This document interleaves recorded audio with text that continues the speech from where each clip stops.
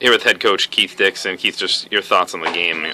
I mean, you guys were up big at one point. They'd cut it to 8 in the second half, and then you guys responded to go on another run and pull away and not let them get any closer. Yeah, I think overall we did a great job. You know, once we got control of the game and we extended it at the end of the first half, I thought we did a terrific job at the beginning of the second half, getting it to 20 or 19 or 20, and then really they weren't going to go away. You know, they didn't play very well in the first half, and you knew they had some shots in them. And they made a run. I think they got it to 9, and we answered. You know, and then I think once we gained control of that game, when at the 10-minute mark or the 9-minute mark or whatever it was, we just put it out of reach. So I'd say overall a good effort by our guys.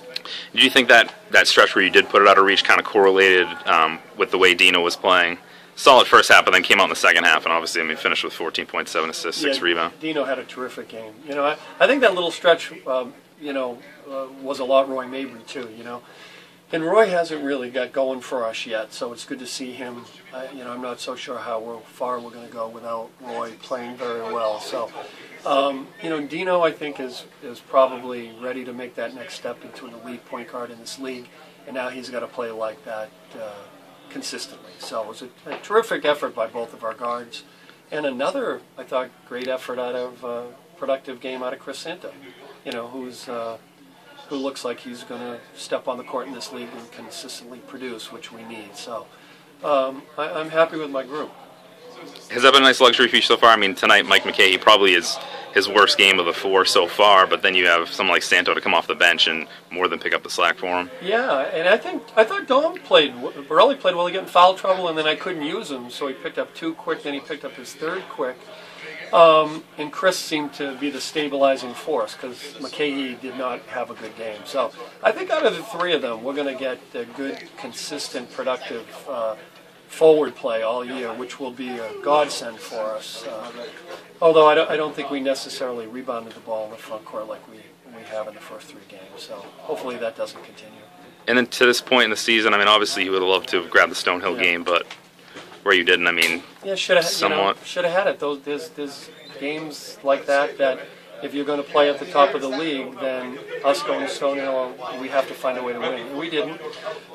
We responded well. We had 4 good days of prep. The kids were ready. I think I've got a mature, tougher group, and we'll see where it leads us. But I mean, overall, they're fun to coach. You know, I think we play the right way again, and I think people are going to enjoy watching us play. All right, here with sophomore guard Roy Mabrey following the Hawks' 89-67 win over crosstown rival Southern New Hampshire.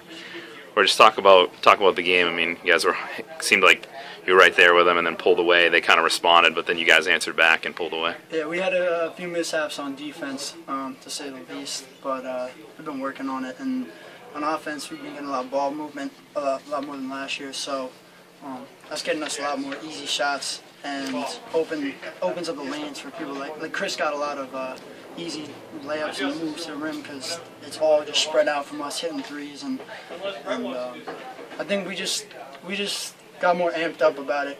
You know, we didn't want any more close games. We don't like that, so trying to blow some teams out. And then talk about you individually. I mean, decent first half for you, and then it seemed like you kind of got going in the second half, the 4-point play, and I think a couple more 3-point plays. Yeah, we like I said before, we got a lot of ball movement, so people set hard screens for me, and it gets me wide open. And I've been taking a lot of shots in the gym, so just trying to stay consistent.